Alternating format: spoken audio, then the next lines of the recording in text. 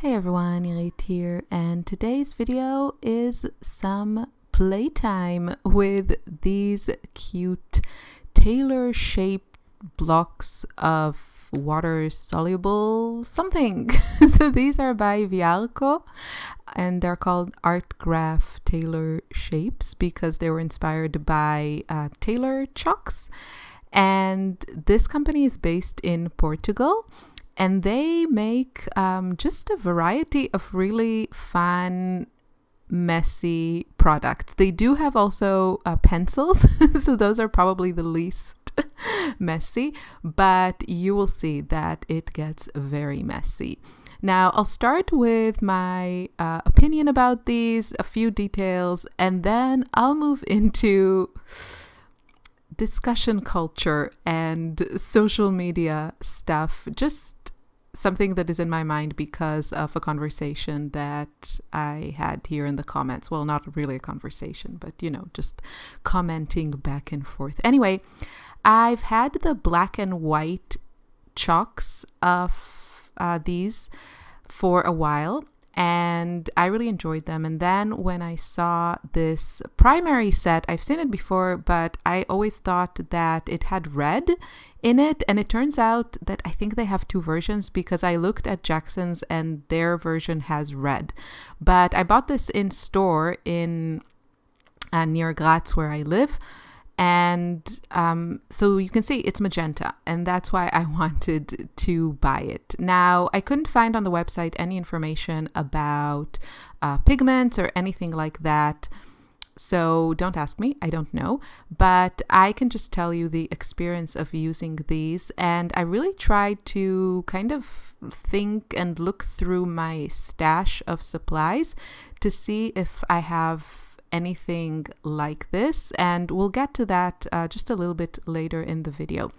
So you can see these are water soluble. They're not permanent, so they're really like watercolor or gouache in that sense. And the unique thing about them is the shape, which you can like or not like, but it is unique. And they are very intense, and the pigment just like releases once you hit it with water. Pretty much I haven't gotten the same effect from my kind of similar art supplies, and it does get quite messy. So I think these are best for playtime, for loose sketches, if you do, like prep work, if you, just do sketches in something like chalk or charcoal, then this to me kind of ticks that box.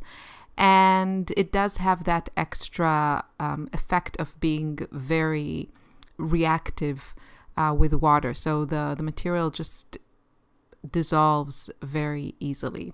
And I have to say, I don't really like anything that I created during this video, but I think it's part of playtime, especially when you limit yourself to a new product, you're trying to get to know it. It's, I just want to see what it can do and not necessarily think about making something pretty. So yeah, the thing for me personally is I don't use a ton of primary colors. So I usually like to use secondary or mostly tertiary colors. So of course you can mix these, and it's a lot of fun mixing them. But yeah, if they came out with these in, teal and like a violet color or pastel colors, I think they would be a lot of fun. But here, many times I have to kind of go through that step of mixing them. So yeah, that's one thing that I think they should just have a larger color range. So for me, then I think I would use these more. So you can see you can use them just, holding them, or of course you can use them like a more traditional watercolor, which is just take a brush and just pick up the pigment from there. You can dip them in water. which I like to do, but that really gets messy. My favorite thing is just to kind of spray my page with water and then kind of run the chalk through it, or this block, whatever you want to call it. And I think I also saw that on YouTube when I was just checking out to see if there were videos about these. There aren't a lot.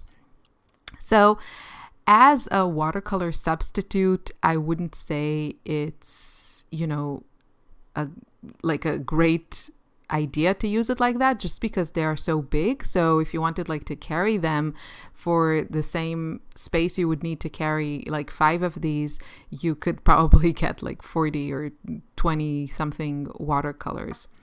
But I just like to play with different things, and I am kind of a tactile person. And even though I sometimes try to stay away from very messy art supplies, just because I am very messy in nature and I don't need any extra help with that. So I really enjoy I feel like the clean and simple setup of just having a watercolor palette with all of the colors you want at your fingertips and a brush, and you don't have to get messy. But this was definitely fun, and I think I wouldn't use these exclusively. The fun is to mix different materials together. So here I thought the thing that I thought was the most similar from my stash are these Inktense blocks. Just because other water-soluble pastels or something like this, they tend to have a more of a waxy feel to them, like the Neocolor 2 or something like that, or other similar products.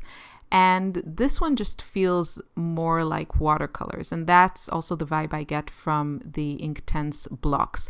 So having kind of used them side by side, I also wanted to see the white from the Graf Tailor shapes is fantastic. It's very opaque, and you can see after all the intense colors I used in the previous one, I used a lot of white here, and it really kind of, you can very easily lighten the colors and blend them and create these pretty pastel colors. So I tried to do the same with the Inktense blocks, and the advantage of the Inktense blocks is, their color range, and also the fact that they are permanent once dry, which really works well if you like to layer things. These are not permanent. You can reactivate them like watercolors or gouache or something like that. I would say these kind of, especially with the white, I would say it's more like, I don't know, a Tailor shape gouache block or something like that. So with the Inktense blocks, when you use them side by side with these, you realize how the color payoff is so much better with the Graf blocks. I wouldn't say these are, comparable in many ways, but you can also have this kind of loose sketching with the Inktense blocks, and they do, once you wet them, they kind of intensify like the Graf ones. And so they are kind of similar, and they're also not chalky or like waxy like pastels.